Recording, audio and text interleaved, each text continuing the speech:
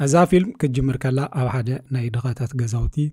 جانيا مسحانتي كابتولد بزوحت عنا زي نبرا قواليا آريان تنبر نبرت كاب هوسبيتال مستملسو غوربيتهم دخفتو موزيكا نمندقوم حاليفو كسمع سلز جمره آريان إيرفون جرا غدكس تجددت نجو بحساب تسو جانيا نجوالا آريان كتحت بغلا نتي ناي ساينس بروجكتا كيت تنكيو تزغاغرا مغنياتو انت تسيرو نسرحو له ገንዘብ ስለዚህ ነበረ ቀጥላ አርያን መማራና እንምሳህ $4 ክትከፍል ከምዝ ነገረታን ንእዲአት ነግራ ጃንያ መምህር ንጓላ ኣብ ቅድመ መማህርታ ከምዘ ሸغረረታ ምስምዕት ኣዝያ ተሐረቅ ካብ ገዛ ወፅን እናቀዳገለዋ ጃንያ ብዊልቸር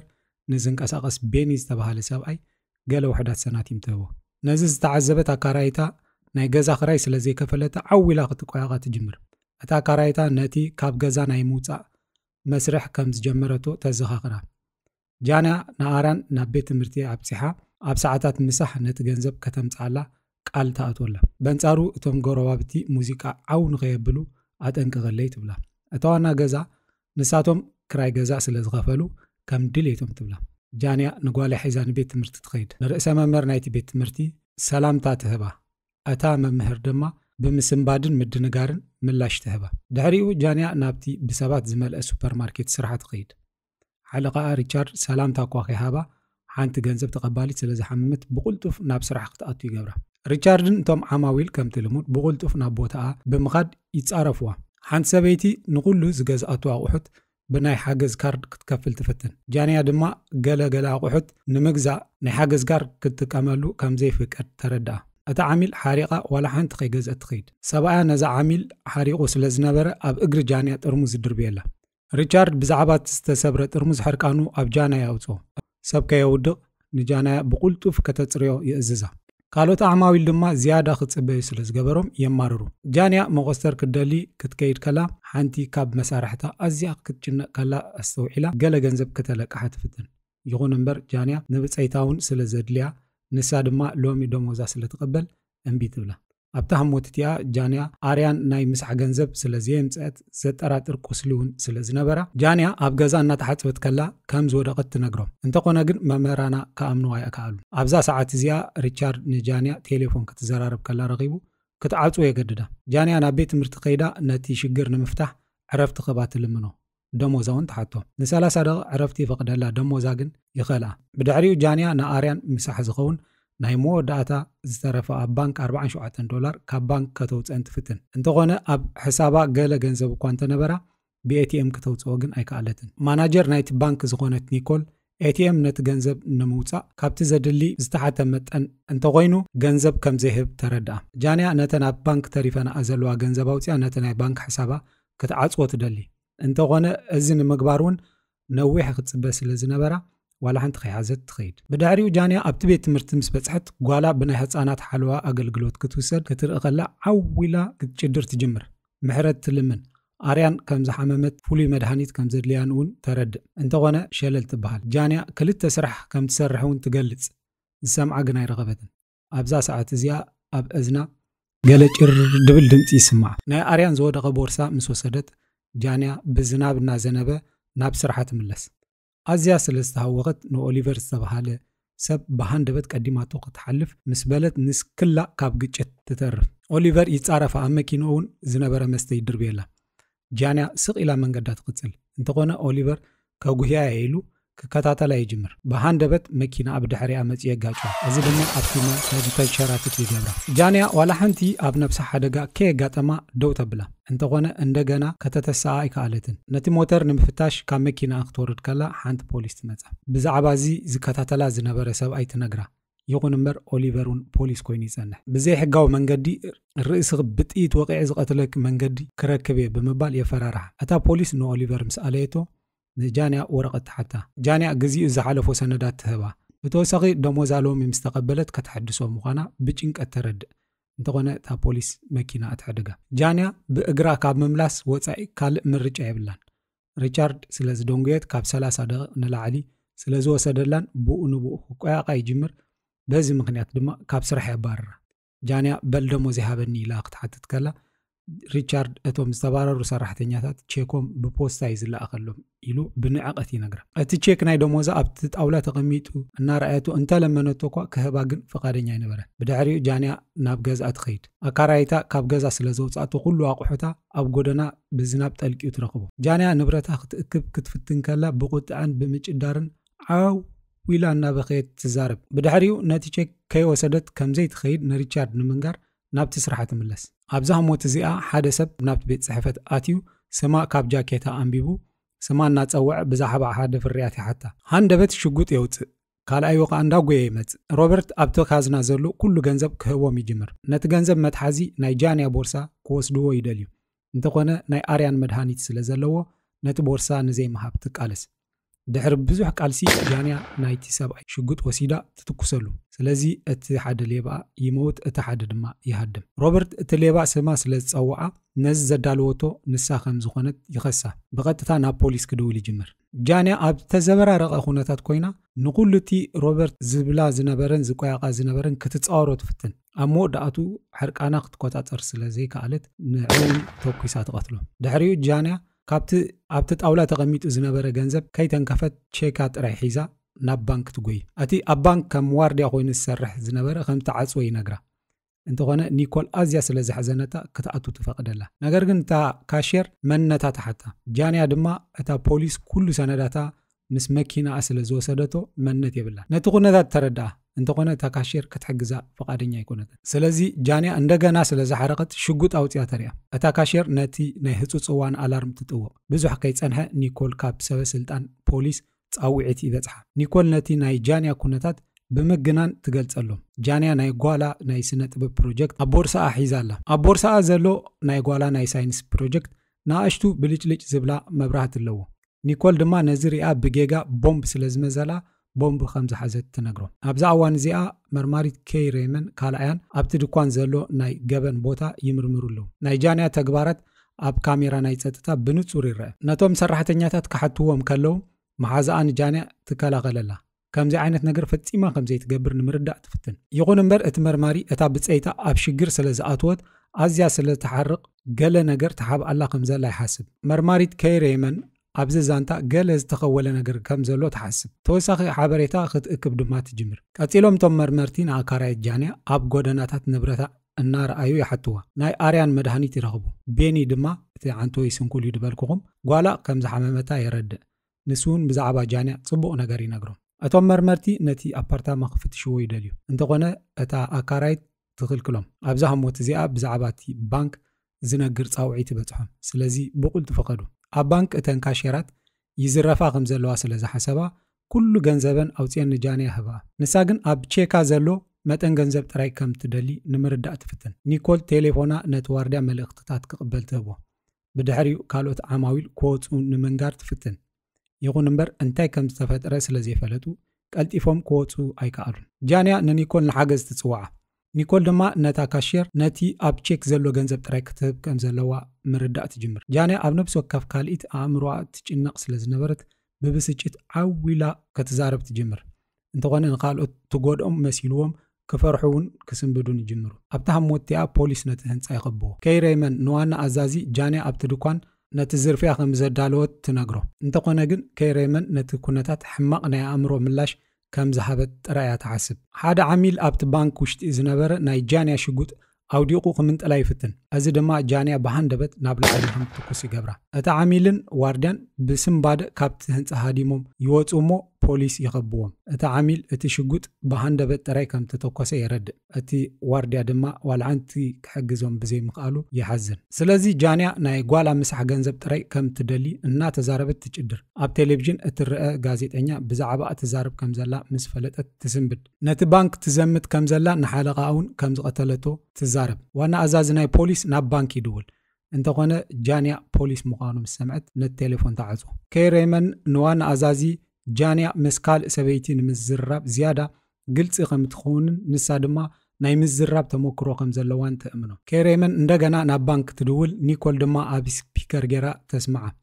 ብዛዕባ ተኽሲ ተሓታ ጃንያ ድማ ብሃንደበት ከም ዝተፈጥረ ትገልጸላ ነቲ ባንክ ንምዝራፍ ትፍትን ከም ዘይነበረት ብትሕትና ትዛረብ ርህራሄ ተሪኣ ነቲ ፍጻሜ ዘይምርድዳ ኢላ ብሓፂሩ ተዓጽዎ ይኹን እምበር ከይራይመን ወፂኣ ክትመጽእ ክትሕግዛን ቃል ተኣትወላ ጃንያ እንደገና ተሓርቕን ዋላ ሓደ ከምዚ ሕግዛን ትዛረብ ኒኮል ነቶም ዓማዊል ክትፈትሖም ክትነግራ ቐላ ጃንያ ከምዘይ ትሕዞም እናጨደረት ትነግራ እንደገና ድማ ቴሌፎን ተዓጽዎ ድሕሪኡ ኒኮል ንጃንያ ናይ ቼክ ገንዘብ ትህባ ጃንያ ንቤት ትምህርቲ ምሳሕ ዘድሊ $4 ፈርያ ተውፅእ ካብዚ ቦታ ብነፃ ንምውፃእ ፖሊስ ከምዘይ ፈቅደላ ስለ ትፈልጥ ኒኮል ንጓላ ማለት ንኣርያን ክትወስደላ ተሓታ ኣብ ቴሌቪዥን ፖሊስ ቦቦቶኦም ክሕዙ ከለዉ ርኢ እተን ካሼራት ነቲ ኣብ ቅድሚኣ ዘሎ መጋረጃታት ክዓጽዎ ትገብሮም ኣብ መኪና ዘለው ፖሊስ ነቲ ናይ ጸጥታ ካሜራ ክቆጻጸርዎ ስለ ዝኽእሉ እንታይ ይፍጠር ከም ዘሎ ይዕዘቡ ነይሮም ብዛዕባ እቲ ቦምብ ድማ ይጭነቁ ነይሮም ሓንቲ ካፕተን ካሼራት ብስቱር ቴሌፎና ኣቐሚጣ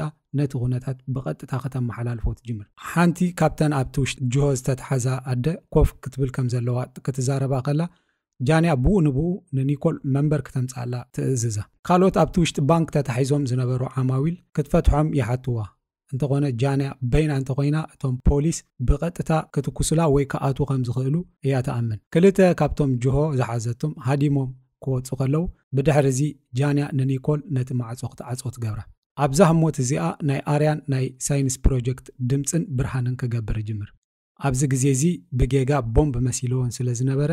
ኒኮልን ፖሊስን ኩሉ ነገር ከም ዝተወድአ ይሓስቡ እንተኾነ ጃንያ ስቕ ኢላ ተጥፍዎ ክሓስብ ኣለኒ ኢላ ድማ ናብ ሓደ ካብቶም ክፍልታት ትኸይድ እተን ካሼራት ነዚ ኣጋጣሚ ተጠቂመን ክወፃ ይደልያ እንተኾነ ግን ኒኮል ጃንያ ከመይ ዓይነት ውሳኔ ከም ትህብ ስለ ዘይፈልጡ ከይንቀሳቐሳ ትነግረን ሙሉ መዓልቲ ደው ምባል እንታይ ከም ዝመስል ከም ትፈልጥ ገሊፃ ንኩሎም ሰባት መንበር ሒዛ ትምለስ ከይራይመን ነዚ ሪኣ ንዋና ኣዛዚ ሓቀኛ ገበነኛታት ክሳብ ክንድዚ ለዋሃት ከም ዘይኮኑ ትነግሮ ሓደ ፖሊስ ናብቲ መኪና ኣትዩ ናይቲ ባንክ ንድፊ ከም ዝረኸቦ ይዛረብ ስለዚ ናይቲ ኪቡምባ ተጠቂሙ ከኣቱ ይደልዩ ይኹን እምበር ዋና ኣዛዚ ብምኽንያት እቲ ሒዛቶ ዘላ ቦምባ ኣብ ሓደጋ ከኣቱ ኣይደልየን ገለ ፖሊስ ንኤፍቢኣይ ክጽውዑ ከም ዘለዎም ይሕብሩ እንተኾነ ከይራይመን ኣዝዩ ካብ ገደብ ዝሓለፈ ምላሽ ከም ዝኾነ ትሓስብ ከምቲ ብንጹር ዝረአ እዛ ተስፋ ዝቆረፀ ሰበይቲ ጥራያ ሞኻ ንዋላ ሓደ ሰብኣይ ጎደትን ስለዚ ከይራይመን ዕድል ክወሃባ ትደሊ ኤፍቢኣይ ምናልባት ብኡ ንብኡ ክትኩስ ይኽእል እዩ ዋና ኣዛዚ በዚ ሰማማዕሞ ከይራይመን እንደገና ናብ ባንክ ክድውል ይገብራ ጃንያ ነቲ ጻውዒት ናይ ቴሌፎን ትጸልኦሞ ከተጥፍኦ ትደሊ እንተኾነ ኒኮል ፖሊስ ናብ ጓላ ክትበጽሕ ክሕግዛ ከም ዝኽእል ትእምና ጃንያ ነታ ቴሌፎን ምስ ተቐበለት ነቲ ዝነበረ ኩነታት ኩሉ ከተረድእ ትጅምር ጃንያ ንኦሊቨር ትዝክሮ ኦሊቨር ማለት ኣብ መጀመርታ ዛንታና ብመኪንኡ ዝገጨዋን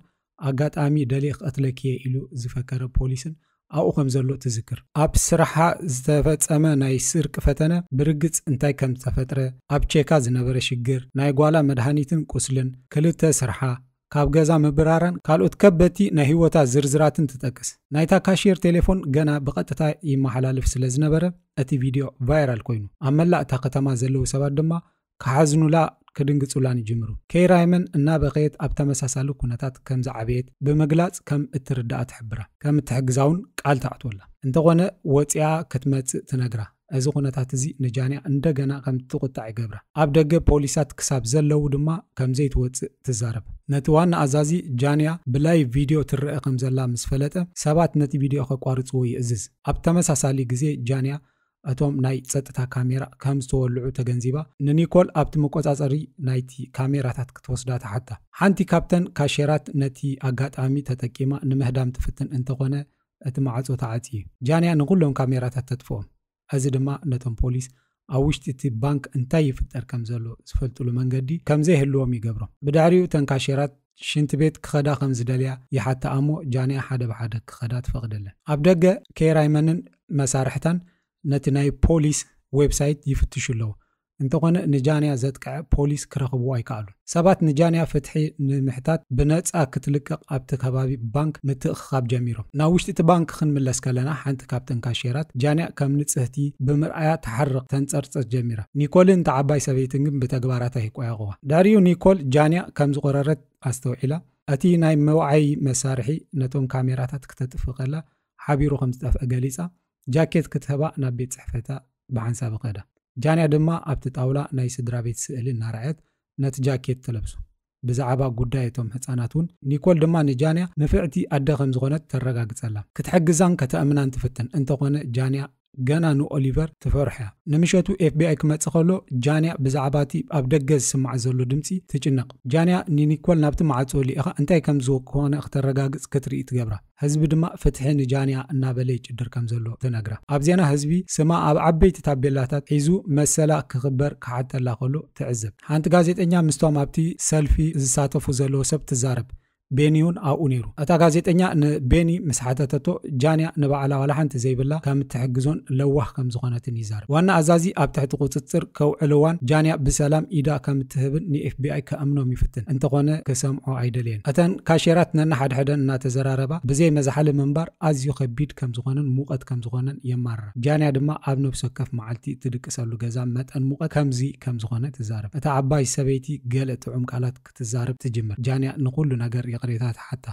قالا أب هوسبيتال أب زنبرة الأوان أو وشت قل نجر كم تسبر ترد إنشورانس لزي بالله حكايم قدم جزيئة أب سولدة الأوان ناريان بجوبو كنا غنوا أي كألون نيكول نجاني بسلام إذا أنتهيبا نقول أريان كم كنا قال تعطولا بتهم موتتيا أتا عباي سبيتي سبق سمعت كم زي سماعة أستوعيلا نايش كور حمام كم زلوا قلت جاني نيكول كتوصات فقد الله بدعريو حادثة نبانك كدول كله FBI مسكي رايمن كتزارب أي فقد الله سلزي إندجانا بمقطع تجمر ندا تليفون دما نيكول تهبا بات أبتهم موتتيا أتي ناي ساينس بروجكت እንደገና ድምጽ ክገብርን ኩላዓን ይጅምር ኒኮል ድማ እቲ ድምጺ ቦምብ ከም ዝኾነ ብምሕሳብ ነታ ቴሌፎን ተዓጽ ጃንያ ነቲ ድምጺ ተጥፎ እቲ ናይ ሳይንስ ፕሮጀክት ናይ ጓላ ከም ዝኾነ ተነግሮም እዚ ድማ ንኒኮልን ነተን ካሼራትን ዕረፍቲ ተህቦ ቦምብ መሲልዎም ከም ዝነበረ የረዱ ጃንያ ድማ ኣብ መወዳእታ ፖሊስን ኤፍቢአይን ስለምንታይ ከም ዝገበሩ ትርዳእ ሓንቲ ካሼር ሊፕስቲክ ተጠቂማ ኣብ መስኮት መልእኽቲ ትጽሕፍ